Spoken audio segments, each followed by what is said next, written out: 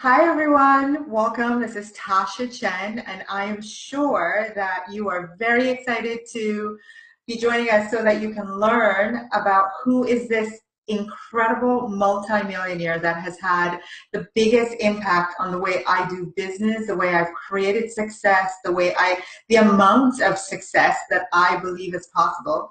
And I want to kind of give you an intro to this person to tell you why I'm truthfully kind of starstruck right now. This is for me like the opportunity to talk to Oprah and for you to hear the impact that this person has had on me and can have, I know for sure, on you. The way you do business, the success that you create, and wait till you hear from this person just how he did it. So let me step back and tell you why I'm so excited. 6 years ago, I had a business where I worked really hard to create success. And I did, to some degree, I did. And then I failed. Actually, I failed miserably. And the truth is, what I realized was I never worked so hard or failed so hard, so fast, so like big in my life in anything I'd ever done before. And I agreed with myself at that point that no more was I going to work hard to create success, right? So ask and you shall receive. I got introduced to the right books, the right people, and you all know the very first book that started me on this journey was The Science of Getting Rich. And then I got introduced to another book. And I read this book. It was 117 pages. I did exactly what it said. And 5 years later, I read what I wrote and I manifested everything. So I am going to be introducing you to the author of that book. And his name is Marc Allen. He is the publisher and president of New World Publishing. He is a very, very proud, lazy person, and you're going to hear from him. He's a self-made multi-millionaire, doing it his way on his terms. He wrote the book that changed the dynamics of how I did business. It's called The Greatest Secret of All. And the other thing that you need to know about Marc and about this book is that's the place I got the term easy and relaxed. He is, in that book, The Greatest Secret of All, he talks about how to create success in an easy and relaxed manner. You know, I just had to read that thing once, and I was all about doing everything that it said.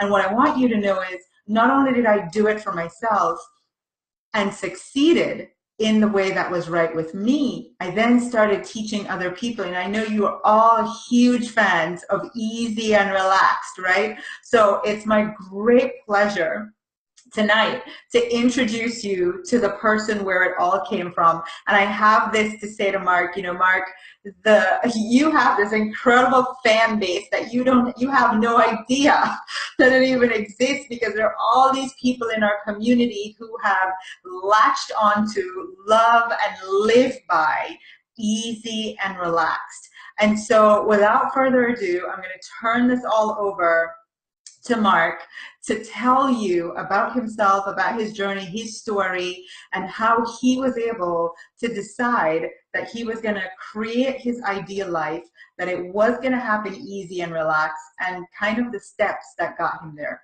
So here we go. Marc, take it away. Thank you. I was born knowing one thing because I saw my two older brothers, or I learned it very young. My older brother did just what the parents wanted, but he wasn't really passionate about his work at all. Then the next brother that came along, the kid number two in the family, was the total rebel. And I got, it doesn't do any good. I got at a young age, it doesn't do any good to do what your parents want you. You have to do what you love. And it doesn't do any good to fight them either, because when you rebel, you're empowering that thing you're rebelling against. So I just went off and did my own thing. Much to my parents' dismay, I became an actor. I was a theater major in college. I dropped out to join a theater company and write music. I was into music. And so through my 20s, I had a great time, but I did what I loved. I was an actor. I had a rock band for a while, which was a gas. And then I became a spiritual seeker. I was at a Zen center for a while, which is very good for my health. But it was way too disciplined for me because I'm basically lazy. I love musicians' hours and actors' hours where you never do a thing before 1 in the afternoon. Nothing starts before 1. So and that is my dream, and that's what I've been living for years. I never do a thing before 1 o'clock in the afternoon at all, and I haven't for 30 years. It's been wonderful. So, but then I turned 30. My rock band had broken up. I'd been kicked out of a Zen center. I left a Tibetan center feeling I wasn't learning anything after 3.5 years at a Tibetan center. Then I turned 30, and that was my situation. I was broke. I had no money at all. I was scrounging every month, a word we used all the time, to get $65 a month together for rent in this slum apartment, this little one room in Oakland, California, and not a nice part of it. Oakland has some nice parts in the hills, and down in the flats, it gets funky. Bars on the window, you don't want to raise a kid there. And I turned 30, and I spent the day in a state of shock. My friend said, want to party? I said, no, I've got to think about life. And I spent the day pacing up and down, wondering what to do with my life. Somehow, being in my 20s, it was okay to act like a teenager and have no responsibility. But turning 30, this voice said, you're 30. This voice goes, you're an adult. What's going on? Nothing was going on. I had no job, no money, no family support. They couldn't support me. So I spent the day pacing up and down, and it started off as one of the worst days of my life and ended up as one of the best days of my life, because as I was pacing, I remember this little game I'd played. But we were sitting around a fire one night, freezing, and this one couple, they said, let's play a game we played at church camp. Let's imagine 5 years have passed and everything has gone as well as you can possibly imagine. What would your life look like? What's your ideal scene? And we all went around the fire. I was about 22 at the time. We said something. I have no memory of what I said whatsoever. I didn't remember a word, so it had no impact on my life. But the day I turned 30, I thought, this is a good idea to do this. I'll imagine 5 years had passed, so I'm 35. I thought, oh my God, that's like middle aged. That's old. That's old, 35. Oh my God. Hard to even imagine being that old. But I took a sheet of paper, and this time I said, I'm going to write it down this time. I'm going to write it down. And I took a sheet of paper, wrote ideal scene in big words, and said, okay, I'm 35. I'm living the life of my dreams. What does it look like? I was an unemployed, former musician, former actor, former spiritual seeker, failure as a dishwasher and busboy. And I didn't, that was my situation. I said, okay, ideally, 5 years have passed and everything has gone as well as I could imagine. It amazed me what spilled out, because it said, I have a publishing company, successful, publishing my books. I've never written a book. And my music. I'd written music but never recorded it. And it cruises along. And I work in an easy, relaxed manner, a healthy and positive way. That great phrase Tasha got, which I have to say I got from Catherine Ponder, a Unity Church minister. I read some of her prosperity books in the 70s. Okay. And that's where I got that powerful affirmation. And then I even took my ideal scene and I made a list of first goals and then a list of affirmations. And at the top, I put that phrase, in an easy, relaxed manner, in a healthy and positive way, in its own perfect time, for the highest good of all. And I put, I am now creating a successful publishing company. I am now writing books that help change the world. I'm now recording beautiful music. I now have a big white house on the hill in Marin County. Marin County is over the bay from Oakland, where all the rich people live. And it's gorgeous. 75% is undeveloped and will remain so. Wow. It's beautiful. And that became my dream, my ideal scene. Well, of course, what happened is as soon as I started writing it, I was overwhelmed with doubts and fears. They just piled on. I spent the whole day like battling with doubts and fears. And they can be very reasonable and realistic. I remember vividly my doubts and fears. I remember every word they said. They said, Mark, that's way too much. You want to get into publishing a business and writing books and recording music and real estate? Way too much. They said, just focus on one thing and pick that. Very, very reasonable, right? And I And remember, oh, by the way, do you have any business experience? Do you know anything? no, none. None. I never taken a business course. I never had any interest. In fact, a friend of mine reminded me when I started the business, we were walking along the beach one day goofing off, and I said, I don't know a thing about business. I said, what do banks do anyway? I had no idea what a bank did and how they could build these big buildings. And I knew nothing about money or finance or anything. And I started a company. So I found for each major goal, though, I made a plan. And Yeah, my plan for my business, all I could think of was read a used business 101 textbook, and two, talk to people I know that seem to know more about business than I do. So I went and talked to this guy. And I even called my dad, who was no help at all. I said, Dad, I'm starting a business. And his first words were, well, 80% of businesses fail in the first 2 years. And I realized, oh, yeah, he's a guy I can't share my dreams with, right? right. Because he'll give me all this negative feedback, which reflects my own doubts and fears. But I Right. learned early on not to share my dreams with skeptical people or doubtful people or people that looked at my life and said, Mark, you haven't done anything. You're broke. What do you have? What can you do? You've never studied business. You're starting a company. They were mirroring my own doubts and fears. Hmm. And, and I realized dealing with those doubts and fears is the most important work of all. As I get older, I see it much more clearly. It's all simple and clear to me. There's just two essential things. One, dare to dream. Dare to keep that end in mind. Dare to dream of the life you want and go for it. Do whatever you can do. There's always some next obvious step. And then the other essential thing is you deal with the doubts and fears that inevitably arise. And that became the most important work. And looking back, 99% of the important work is internal, getting that dream clear and then dealing with those doubts and fears. And the external stuff is obvious. The next step becomes clear and obvious. Eckhart Tolle, in his brilliant book, Power of Now, which I am so grateful to have published, summed it up brilliantly as he tends to So do. pause a second. Let's just Okay. name drop for you again. Yes. Eckhart Tolle's Yes. Power of Now was published by Marc. Yes. And it's also the greatest book I've ever read in my life. And because in there, he sums up exactly what I've been saying for the last 10 minutes in one sentence. He just says, get the inside right and the outside will fall into place. That's exactly been my experience. Get the inside right. It's all internal. Dare to dream and then deal with the doubts and fears that inevitably arise for every one of us. Absolutely. They will come up. We're human. We've had a past. If we haven't been just totally, completely successful at everything we've ever thought of, we've had doubts and fears that have blocked that success. So Yes. we learn to deal with those doubts and fears. And there's all kinds of ways we can deal with them, many of which we've been doing all along in our lives. We've been dealing with doubts and fears. Well, we just need to deal with them successfully enough to be able to keep going for that dream.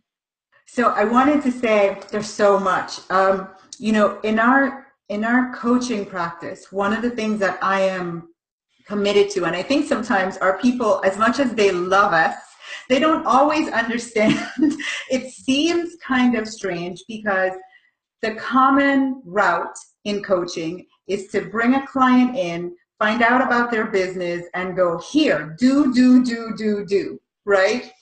Well, in Yes. our process, we take 4 months, the first 4 months Mm, of 12 months working on the inside, right? And so it's like, there are times in those 4 months where I'm sure they're questioning, like, I want to get to my business and I want to go. And obviously the business is there and it's still coming along, but I'm so grateful you said that because 1,000%, I've proven myself too, that the only way I can succeed in the easy and relaxed way is if I master this. right? All the stuff on the inside first. Yes. Yes.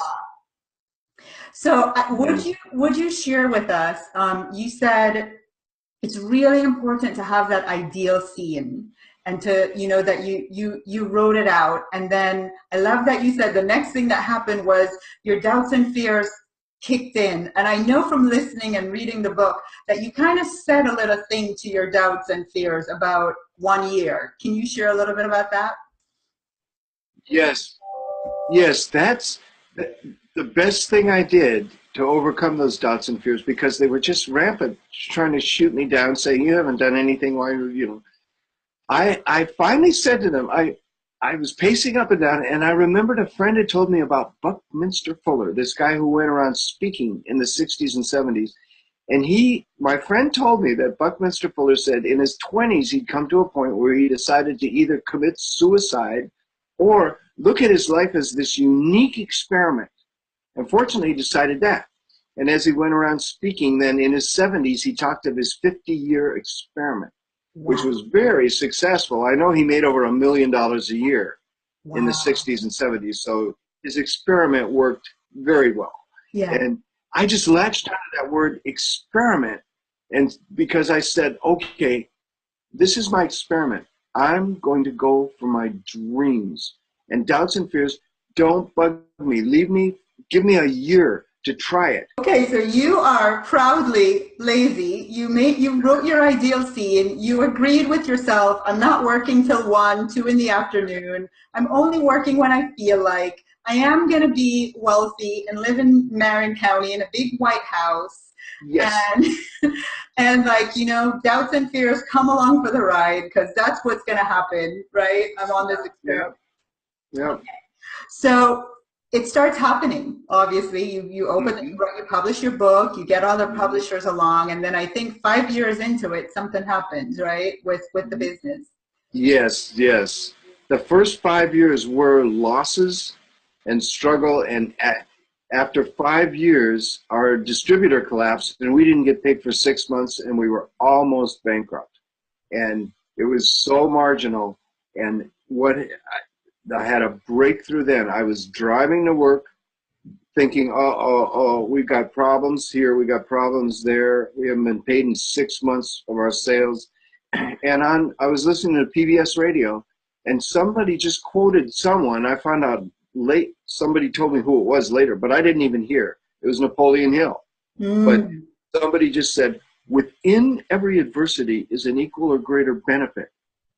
And those words were like a light bulb going off, or bell. I said, I got to remember that, and I pulled over on the side of the freeway on the shoulder and wrote it down. And then I got in my office, I put it in big letters on my wall, and then underneath it I put it in my words. I said, within every problem is an opportunity. Mm. And then a little while later we published the Bhagavad Gita, 5,000-year-old wisdom from India. And in there was a phrase I added, a third phrase. It said, even in the knocks of life, we can find great gifts. Wow. Even in the knocks of life, we can find great gifts. So I had those in big letters right in front of my face here in my office. And I started saying, okay, I know what the problem is. And but I started saying, okay, what are the opportunities here? What are the benefits? What are the gifts in this situation? I'm nearly bankrupt personally and as a business. What possible benefits could there be? What possible opportunities or gifts? And I found when I asked myself those questions, I started getting answers. We turned it around in about 6 months, and we've been profitable ever since. Oh, that's amazing, amazing. So I want, as you can see, mine is well tabulated. Yeah, yeah. Notes everywhere. And oh, by the way, for those of you watching in our program, those of you that are clients, I bought this book for you. You're all going to get it right before we start level 3 because this is pretty much like if you like easy and relaxed, like this is it, right? So I wanted to ask you, Marc, to like expand on this. This is on page 45, and I wrote in my, got it marked, and I wrote, this is the key. And it says, this is what has remained a secret for most of humanity. We are far greater than we think we are. Our potential is vast. Most of us have just barely begun to realize who we are and what we are capable of. We have had just a brief glimpse of the far more expansive possibility that are within our reach. And so, why do you Yes. think so many entrepreneurs have a difficult time of focusing on how powerful they are versus, oh, let me grab this, like this, let me grab all these external things to help Right. me, when inside it's like, they have this superpower, Yes. but they're not able to connect that or believe in it, and utilize it. What do you attribute that to? It's our doubts and fears and our whole, when you look at every 4 and 5 year old kid, they are powerful. They are so confident. Their self-esteem is so great. And you ask them what they want to be, it's always something magnificent and wonderful, Yeah. But then we're dragged to school and we have to sit there. And the unspoken thing is, kids, you know nothing. I know everything. I have to teach you. And then we watch thousands of hours of TV and get all these ads that we're not enough. You need this product. It's everything that conspires to squelch what we know as kids. What Yeah. we know as kids. Yeah. And so but it does become like a secret. And again, like the Bhagavad Gita said, the most brilliant thing, it said, there are no secrets. All the masters are just, they're saying it. They're telling, we're magnificent creatures. Every teacher is saying that. But we're just not prepared to hear them because of all that past experience and because we've had our self-esteem so beat down and our self-love, just constantly denied by media. And so the great truth of who we really are remains a secret, but it's not a secret. It's not a secret. The people who have realized it are trying to tell all of humanity what the truth is, that we're incredibly powerful, creative beings. Every one of us is a creative genius in our own unique way. And the key is to do what we love. Find out what you love to do. I Then, love that. That's exactly what it says. Our task then is to discover our unique contribution to the world and let it shine for the world to see. yes, yes. And That's then, well said, I must say. well said, written by someone you know. I really agree with that writer a lot, yeah. But the thing about it is, I think that's such a big part of easy and relaxed, right? It's like, I already have the thing. I love doing it, When I go to work, when I come in here, it's like, I can sit for as long as I want till it gets aggravating. And then I'm like, oh, I went back over to that side of the fence, But it's Yeah. just me sharing what I love and I'm great at with the world. How is that hard? That's easy, Right. you Yes. know? So the work is really figuring out what that thing is for each of us. So it's really coming to peace with that, like having total faith that we've created our ideal scene, we've placed it in the hands of the universe, and in its own perfect time. I feel like if we can just get to the peaceful state about that, we create this open opportunity for things to just happen for us. Do you agree? Totally, totally. And I've just seen over and over and over how simple it is. If we affirm affirmations, the word, in the beginning was the word. Affirmations have this tremendous power, and they really do create what we want. And it's all about, for me, it's been the power of affirmations. Or you could call them prayers or mantras or subconscious programming. You call it what you will. The words that we put into our subconscious mind are incredibly powerful. They end up creating our entire existence, our experience of it, and our actual reality. Oh, I love it. It's so incredible to hear someone who, and that's one of the reasons I was so excited to have you on, Marc, is that, in the work that we've been doing, Diane and I, we practice it and we've achieved, like a certain level of success. And we are totally committed. We're so committed, in fact, that this week I said to myself, you're working a little too hard. Like, you, like, time out, you Give me a know? break. Go Yeah. to the beach. So I Yes, love that I heard somewhere that your schedule is, Mondays are for you, so you don't work on Mondays. Mondays are your day, right, right? right. Tuesday, Wednesday, and Thursday, you get in the office around 2 and you Yeah, work till you've had enough. And yeah. Friday, Saturday, and Sunday, you take off. Hmm. So, Mark, Yeah, what do you say to the people who are totally committed to hard work and hustle and grind, and this is the way, and you got to put your time in, and right. and they just Right. don't believe, No, especially they don't believe it can be easy. What do you say? right. Yeah, well, if you don't believe it, you're right. It can't be easy. For you, it's very hard. It's going to be a struggle if you believe that. Just hard work itself does not, I mean, it just makes your life miserable in the long run. It's bad for your health. You know, Amen. amen. The type A hard workers, in a way I say, it's great that you have that energy, but take care of yourself. Take breaks. Take time to rejuvenate. Tuesday, there have been Tuesdays where, oh, I get in around 2, okay, but, oh, at 4:30, I want to go home and take a nap. And then, then I'll come back. I, Mark, I I, swear, you have fans here that you don't even know about. Like, in our coaching, it's like take a nap is literally a thing. yes, good, good, good. Naps are wonderful. If you feel like taking a nap, take a nap. So, and still, right, you've published some of the best known names in personal development, in new age thinking. I mean, these philosophies, you've done all the things you wanted to do in life, right? And you've created wealth doing Yeah, it in an easy and relaxed manner. yeah, yep. And it's all been internal. I remember one breakthrough. I was walking around. I'd gotten the big white house on the hill, and I had achieved my 5-year ideal scene totally. Yeah. And I remember walking around my house one morning thinking, do I deserve this? Because I am lazy. I I haven't done the typical stuff that people think you need to get the big white house on the hill.